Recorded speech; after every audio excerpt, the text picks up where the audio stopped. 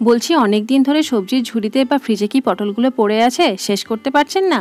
তাহলে চটপট বানিয়ে নিন এই রেসিপিটা।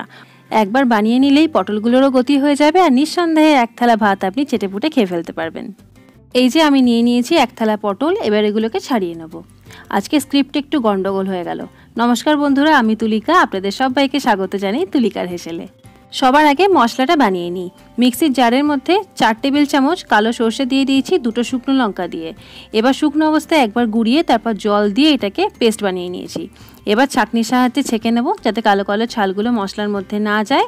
তাতে অনেক সুবিধা, দেখতেও খুব ভালো লাগবে রান্নাটা। আর এই ছালগুলো খেলে যে অম্বল করে ঢেকুর ওঠে, সেইটাও আর হবে না।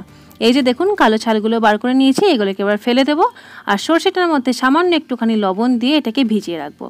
তার ফলে সর্ষেটা যদি তেতো হয়, তেতো ভাবটাও চলে যাবে আর মশলাটাও রেডি থাকবে। তারপর পটলগুলো চটপট কাটবো, ভাজবো আর রান্নাটা করব। লবণ মেশানো কমপ্লিট, এবার এটা রেখে দেবো সাইডে, সর্ষে ভিজতে থাক। এরপর পটলগুলো একে একে কেটে নেবো।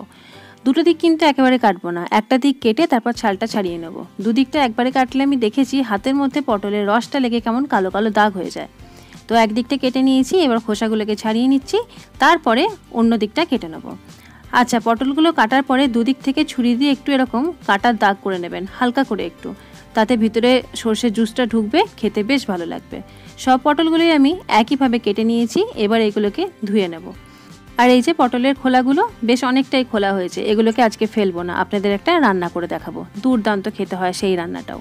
যাই হোক, পটলগুলোকে ভালো করে ধুয়ে জলটা ঝরিয়ে ফেলে দিয়েছি। এবার সামান্য পরিমাণ লবণ আর সামান্য পরিমাণ হলুদ গুঁড়ো দিয়ে ভালো করে পটলগুলোকে মাখিয়ে নেব।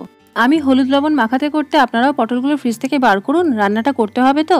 এই দেখুন, লবণ হলুদ ভালো করে মাখিয়ে নেওয়া হয়ে গেছে। এবার কড়াইয়ে পরিমাণ মতন সর্ষের তেল দিয়ে গরম করতে বসিয়ে দিয়েছি। রান্নাটা কিন্তু সর্ষের তেলেই করতে হবে। তেলটা ভালো করে গরম হয়ে গেলে পটলগুলো ভেজে নেব।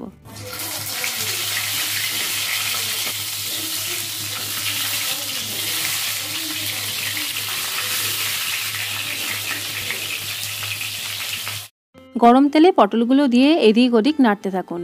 খানিকক্ষণ নাড়াচাড়া করার পরই এই দেখুন পটলগুলোর গায়ে রং ধরে গেছে। একইভাবে উল্টে পাল্টে দিতে দিতে পটলগুলো দেখুন ভাজা হয়ে গেছে, সুন্দর এই যে একটা কালার চলে এসছে। এবার তেল ঝরিয়ে তুলে নেবো একটা অন্য পাত্রে। তেলের পরিমাণটা অনেক বেশি ছিল কড়াইয়ে, তাই কমিয়ে দিয়েছি, অত তেল আমাদের আর দরকার নেই। এবার ফোড়নে দিয়ে দিচ্ছি 1/2 চা চামচ 5 ফোড়ন, একটা শুকনো লঙ্কা। ভালো করে ফোড়নটাকে প্রথমে ভেজে নিচ্ছি। বাটার সময় 2টো শুকনো লঙ্কা দিয়েছিলাম, তাই এখানে একটা দিলাম, কারণ অত ঝাল খাওয়া যাবে না। ফোড়ন থেকে সুন্দর গন্ধ বেরোতে শুরু করলেই দিয়ে দিচ্ছি পেঁয়াজ কুচি। একটা মাঝারি সাইজের পেঁয়াজ একদম ছোট্ট ছোট্ট করে কুচিয়ে নিয়েছি, যতটা ছোট করা যায়। তারপর সেটাকে নাড়াচাড়া করে একটু ভেজে নিচ্ছি, কাঁচা রঙটা চলে যাওয়া পর্যন্ত। পেঁয়াজটা হালকা ভাজা হয়ে গেলে দিয়ে দিচ্ছি টমেটো কুচি। এবার পেঁয়াজ আর টমেটো একসঙ্গে মিশিয়ে ভালো করে একটু ভেজে নেবো। লবণটা কিন্তু এখনই দেবো না, এই টমেটো আর পেঁয়াজের ফ্লেভারটা আগে ভালো করে বেরিয়ে আসবে, তারপর লবণ দেবো। খানিকক্ষণ ভালো করে ভেজে নিলাম, ফ্লেভারটা বেরিয়ে গেল। তারপর দিয়ে দিলাম সামান্য পরিমাণ লবণ, মানে যতটা আমাদের টেস্টে লাগবে ঠিক ততটা। তারপর আবার একটু ভালো করে ভেজে নিলাম। এখন দেখুন পেঁয়াজগুলোও ভাজা হয়ে গেছে, টমেটোগুলোও নরম হয়ে গেছে। দিয়ে দিচ্ছি সামান্য 1 ফোঁটা হলুদ গুঁড়ো। সর্ষে দিয়ে রান্নায় অতিরিক্ত হলুদ রং হয়ে গেলে কিন্তু দেখতে খুব একটা ভালো লাগে না। হলুদ গুঁড়ো দিয়ে ভালো করে একটু ভেজে নিলাম, যাতে হলুদের কাঁচা গন্ধটা না ছাড়ে। তারপর দিয়ে দিচ্ছি আগের থেকে বেটে লবণ দিয়ে ভিজিয়ে রাখা সর্ষের বাটাটা। কষানো মশলাটার সাথে সর্ষে বাটাটা ভালো করে মিশিয়ে দিচ্ছি। দেখেছেন কত সুন্দর একটা রং বেরিয়ে আসছে। এবার দিয়ে দিচ্ছি সর্ষের বাটি ধুয়েই সামান্য একটু জল, যতটা আমাদের প্রয়োজন হবে। পটলের পরিমাণ বেশি থাকলে জলটা আরও বেশিও দিতে পারেন। তারপর দিয়ে দিচ্ছি স্বাদ অনুযায়ী একটু চিনি। শুধু নোনতা আর ঝাল হলেই হবে, টেস্টটা ব্যালেন্স হওয়ার জন্য একটু মিষ্টিরও তো দরকার আছে। ভালো করে সব উপকরণগুলো মিশিয়ে দিলাম। এরপর সর্ষেটা একটু ফুটে যাওয়ার পরে দিয়ে দিচ্ছি গোটা গোটা ভেজে রাখা পটলগুলো। ব্যাস, অর্ধেক রান্না তো আমাদের হয়েই গেল। এবার খুন্তি দিয়ে পটলগুলো ঝোলের মধ্যে ভালো করে ডুবিয়ে গ্যাসের ফ্লেম মিডিয়ামে দিয়ে আপনি নিশ্চিন্তে বসুন।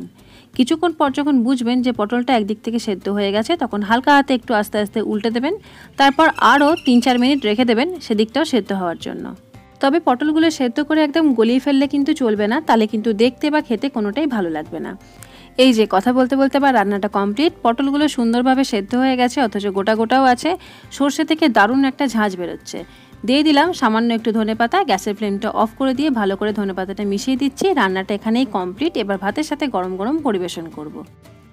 কি কেমন লাগলো আমার সর্ষে পটল রান্না? ভালো লেগেছে তো? তাহলে চট করে একটা লাইক করে দিন আর কমেন্টে জানান আপনার রান্না করা এই সবজিটা কেমন হয়েছে খেতে। আমার চ্যানেলটা যদি এখনও না সাবস্ক্রাইব করে থাকেন তাহলে ভিডিওটা বন্ধ করার আগেই সাবস্ক্রাইবটা করে দিন, তা না হলে আবার ভুলে যাবেন।